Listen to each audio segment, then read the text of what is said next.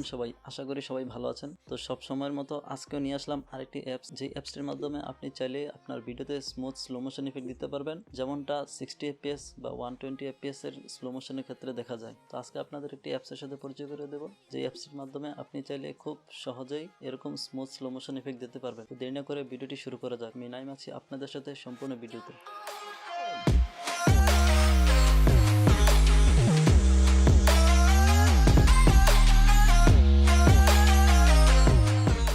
অ্যাপসটির নাম হচ্ছে টাইমকাট। Play store থেকে ইনস্টল করে অ্যাপসটি ওপেন করুন।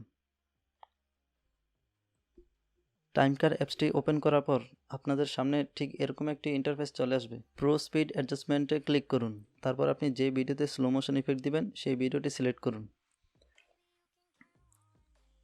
দেখুন ভিডিওতে কোনো স্লো মোশন ইফেক্ট নেই। ভিডিওটি সাধারণ 13 fps এ শ্যুট করা একটি ভিডিওর ফরম্যাট সিলেক্ট করুন। এখান থেকে চাইলে আপনি আপনার ভিডিওতে নর্মালি স্লো মোশন দিতে পারবেন। আবার আপনি চাইলে কার্ভ বা টাইম রিম্যাপ, ফ্রিজ, এরকম আরও 3টি অপশন আছে, ওইগুলো ব্যবহার করতে পারবেন। তো আজকে আপনাদের দেখাবো কার্ভ অপশনে গিয়ে কিভাবে স্পিড র্যাম্প ইউজ করা যায়, অর্থাৎ ভিডিওর একটি জায়গায় একটু ফাস্ট হবে, আবার একটু জায়গায় স্লো হবে।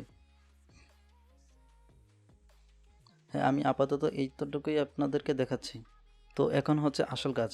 একেবারে নিচে যে স্মুথ একটি অপশন আছে, অর্থাৎ টগল সুইচ আছে, ওই অপশনে ক্লিক করে সুইচটি অন করুন।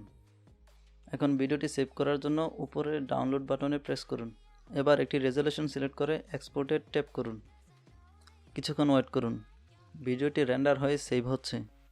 এখন সেভ টু অ্যালবামে ক্লিক করে আপনার গ্যালারিতে সেভ করে নিন। তো আজকের ভিডিওটি এ পর্যন্তই। এই অ্যাপসটির মাধ্যমে আপনি চাইলে আপনার যে কোনো 13 fps এর ভিডিওকে সুপার স্লো মোশন ইফেক্ট দিতে পারবেন। তো গাইস, ভিডিওটি কেমন লাগলো অবশ্যই কমেন্ট বক্সে জানাবেন। আর যদি ভিডিওটি ব্যবহার করার সময় আপনার কোনো সমস্যা হয় তাহলে সেটাও আমাকে কমেন্টে জানাবেন। আর ভিডিওটি ভালো লাগলে অবশ্যই চ্যানেলটি সাবস্ক্রাইব করবেন। তো আজকের ভিডিও এই পর্যন্তই। ধন্যবাদ সবাইকে।